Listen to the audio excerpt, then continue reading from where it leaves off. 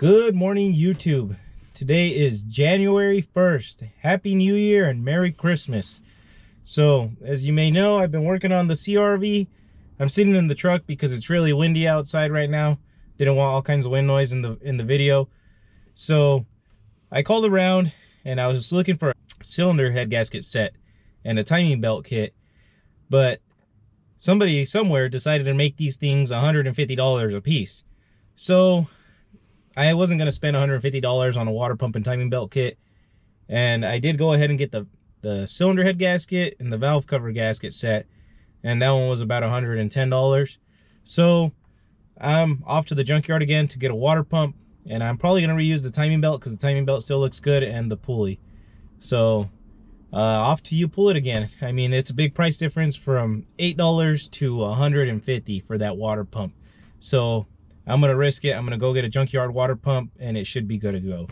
So I'll see you guys when we get to pull it. All right, guys, so we got her off. Check it out. Looks like she's good. She's got no shaft play or anything, and like I said, it was pretty easy to take off. It's just got a couple of 10mm bolts that go all the way around here, and luckily this thing was all tore apart. It already had the power steering, AC, and alternator, all that stuff off of there. So I got lucky with this one. Let's go pay for it and off to the shop. All right, guys, so we're back at the shop here. As you guys can see, we got this engine tore apart. This is the old water pump, so I'm gonna have to take that old water pump off of there, put our new used one on. So I'm gonna get started with that. Then I'm gonna probably pull the intake off the old cylinder head and put it on the used one that I got as well, and I'll show you guys how to do it. So let's get started.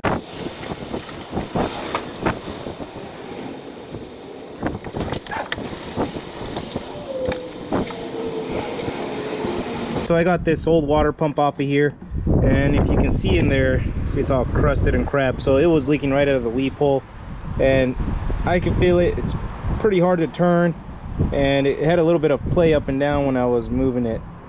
So it was definitely a bad water pump. I mean, maybe just from sitting over the years or something, I don't know, but as of right now, it's garbage. So now to put the new one on and get back to it. We got both cylinder heads off here, and pretty much what we got to do here is make this cylinder head here look like that one there. So I'm gonna have to pull this intake off of here and unbolt all the hoses and all that good stuff and put them onto this cylinder head. So it's pretty simple. I'll put you guys on a time lapse and you guys can watch me do it.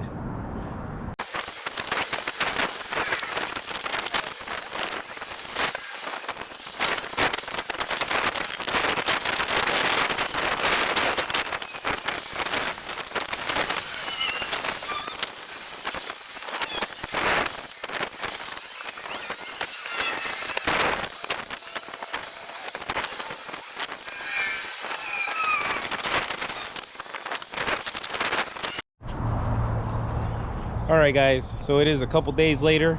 We weren't able to get it on that one night. I had to take off and leave. I had a couple other things to do, but as you can see, that same day I got the cylinder head all cleaned up, so it looks nice and shiny.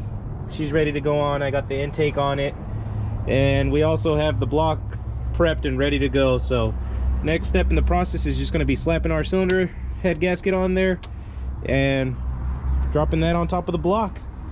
So let's get to it. All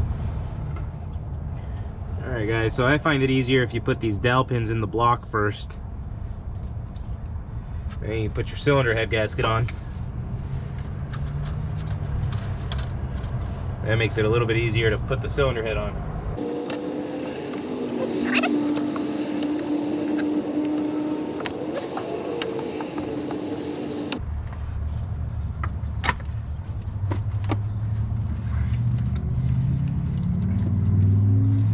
There it is, guys. So now we're just gonna take these cams and cam holders out, and we're gonna start torquing our head bolts. So your two long bolts go in the center there, and the rest of them just go in all the other holes.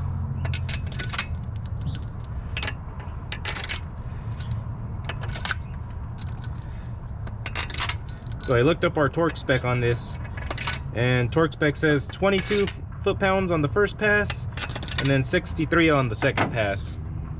So I'm just going to run these down by hand. That'll probably be about 22, and then we'll torque them down to 63 in sequence. So I'll go ahead and put a picture of the sequence somewhere right here, just a Google ad or something like that, and we'll get to it.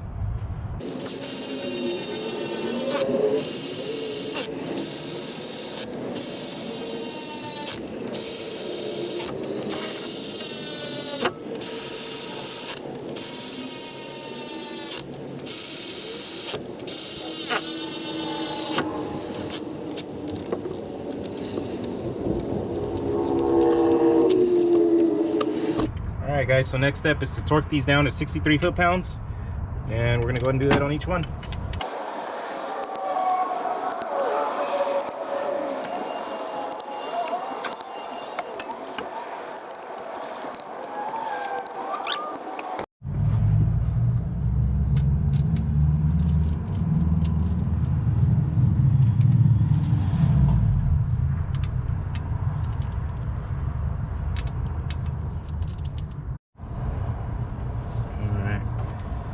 Get yourself some good old lube and you put it anywhere there's going to be a moving part. So these are pretty easy to distinguish. Your intake side's always going to have this cut here for your distributor to mount on. So just drop that bad boy in there, and you kind of want to spin it to where it's sitting flat.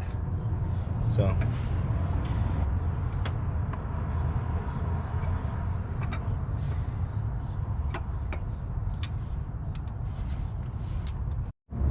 alright guys, so as you can see, these are all numbered. So one starts all the way in the front, all the way to 1, 2, 3, 4, 5, 6. Goes right there, and then you're gonna have the other ones, you're gonna say I 1, 2, 3, 4, 5, 6. So let's put those on.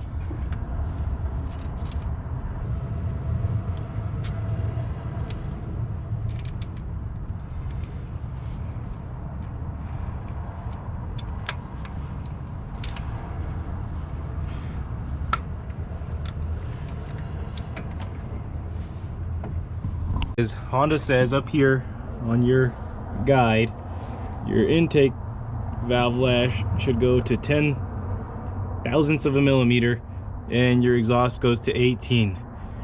So we get your feeler gauge, you get the same measurement there, and when the cam lobe is up here, see how like the lobe is up here, you got to shove it down in there and make sure it's drags a little bit. It feels kind of tight. So I gotta adjust these all one at a time. See, that one's too tight, it won't even go in there. This one seems to be fine, but I'm gonna have to adjust these all one at a time, and then we can keep on going.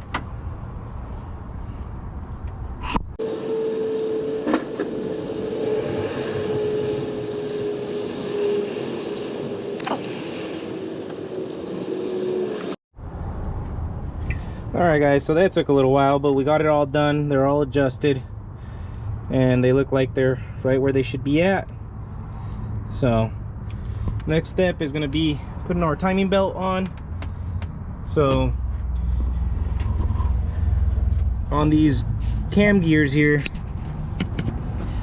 there's marks on them, they say up, so you want those to be pointing up. And then we got our marks on our cam gears, and you want those to line up straight across. And then we're gonna put our crankshaft down there on top dead center. So let me lift this thing up, take the tire off, and I'll show you guys the top dead center mark. I think that's gonna be it there, guys. Yeah, you can see how she's kind of hopping over because she's right on top dead center, so that cylinder's wanting to go up and down. So just for reference here, we'll let you guys see that top mark there. It's right on the edge, and it lines right up with this front mark. So that's the money shot there. That's what you want yours to look like. So we're gonna go ahead and time our gears up on top. We'll slap the belt on there and see if she fires up soon. Alright guys, so this is what your cam gears should look like after you got your timing belt on. You got a mark here, a mark there, and then straight across you got another one, and you got your last one way over here, and they both say up here.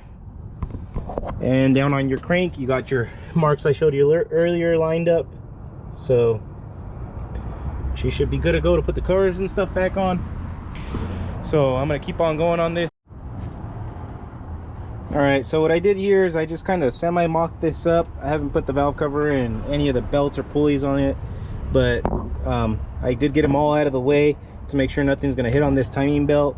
Plugged in the fuel injectors and most of the electrical back there and the distributor. So technically this thing should fire up the way it sits. It's not going to damage anything with the valve cover off. It might just make a little bit of a mess, you know, throw oil up.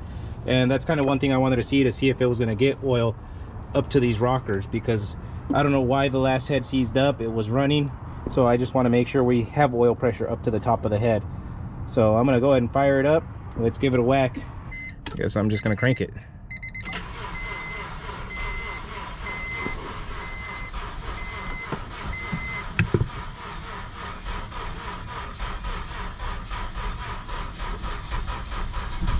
There she goes, guys. Come on, baby.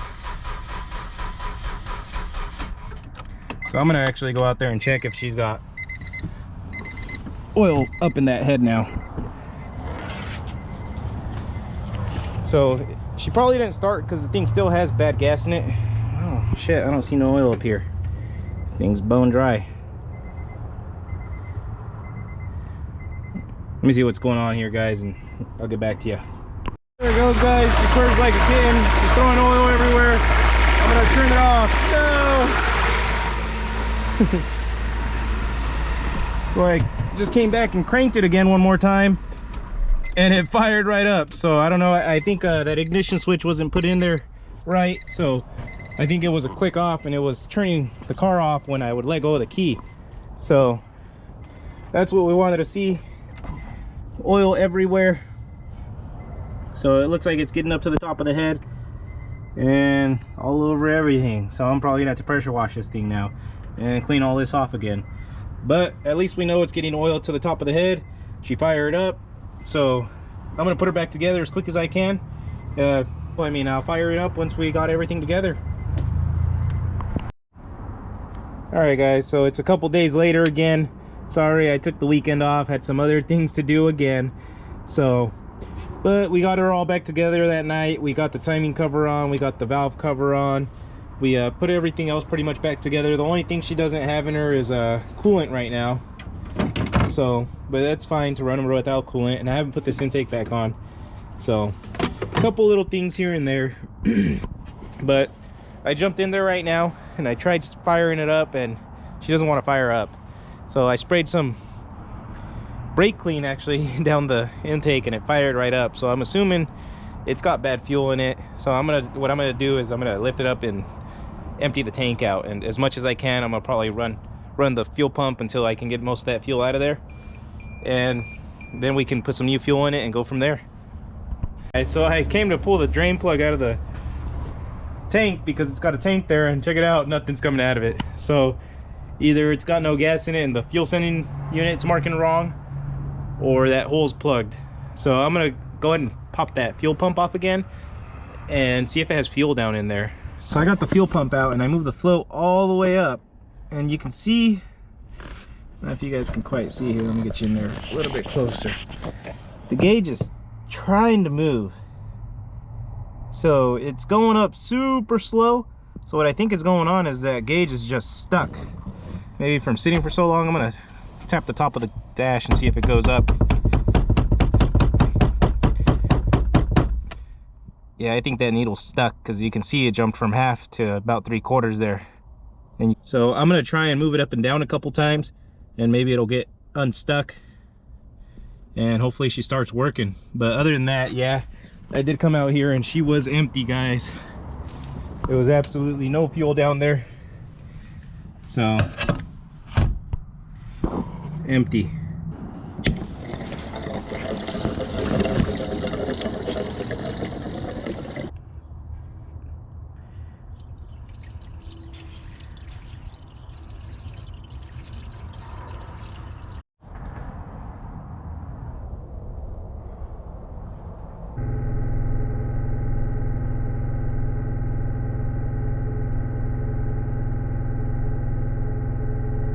So we got new oil, new coolant, and new premium gas in this thing.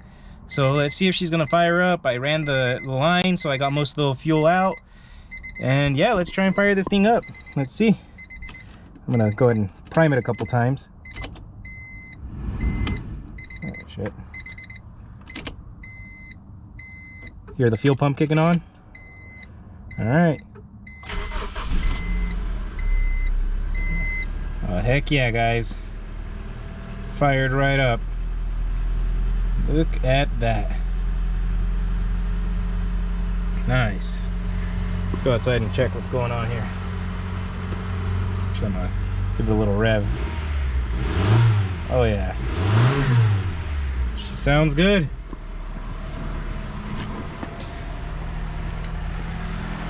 Whew, we got some smoke. That's just from all the oil and crap we spill on it, but looks like she's running pretty damn good, guys. Oh, she sounds real good. Alright guys, so I just wanted to take this thing for a quick test drive, and as soon as I was pulling out of the lot here, the check engine light just came on. So we'll check it out here, but I just want to take this thing on a quick test drive and see how it does. So seems to be running real great. Transmission is shifting, so I'm gonna drive it around a bit and see what's going on. I think that's gonna be a wrap, guys. She's running pretty damn good. I'm gonna go and wash her up, you know, get it detailed and stuff like that. And I think that's a wrap on the CRV. She's alive, guys. She's alive. Yeah. So, hey, remember, if you guys like what I'm doing, please like and subscribe. And stay up, hustle hard.